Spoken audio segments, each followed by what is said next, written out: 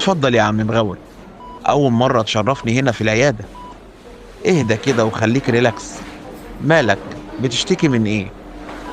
لا يا دكتور، انا الحمد لله تمام ومية مية.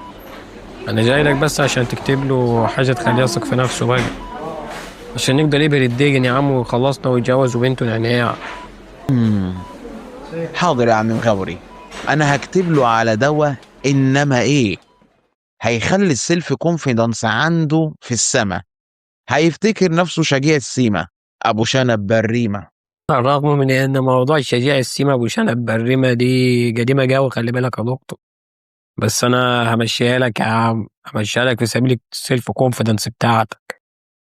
على الرغم من إنكم عالجتموني، إنما لسه عندي حتة قديمة وتقل دم غريب. يعني تخيل دكتور ودمه تقيل، عامل كده زي الحقنة، ما تتقبلش. معلش بس لمونة يا دكتور، وعنينا يا عم ليك نفضالك. بقول لك ايه يا لمونة، يلا بينا على عمك عاطف عشان نحاول معاه تاني. وبقول لك ايه، خد اشرب كوباية العصير دي. تمام يا عم مغاوري، يلا بينا واشرب العصير. حاضر. كان في ايه العصير ده يا عم مغاوري؟ انا حاسس كده ان هو زي الدواء. دي تركيبة موت من عمك مغاوري، هتشكرنا عليها بعدين. مش حاسس بأي فرق ولا ايه؟ انا حاسس كده ان انا شجيع السيمة ابو شنب بالريمة. ايه ده، انا بقيت اقول كلام قديم كده ليه؟ وافيهات وقفشات بلا معنى. هو ده المطلوب.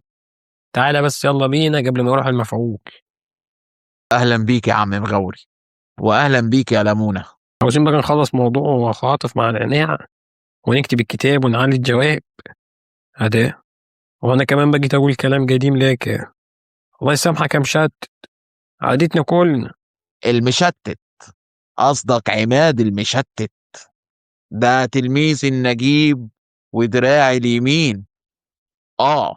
ما هو بعدني عندك بقى وموصي عليا، وبيقول لك بقى وافق على الجوازه دي يا عم عاطف، وعلى ضمانته. طيب أنا هكلفك بمهمة يا لمونة، وهشوف أنت قدها ولا مش قدها. قدها وقدود كمان. انا دلوقتي قلبي ميت ودايس على مشاعري، واللي هتطلبه هنفذه على طول. طب وانا بقى حد تاني اديك خد بالك، صدقني ده انا ما عرفتوش يا عم بعد الدواء اللي شرب.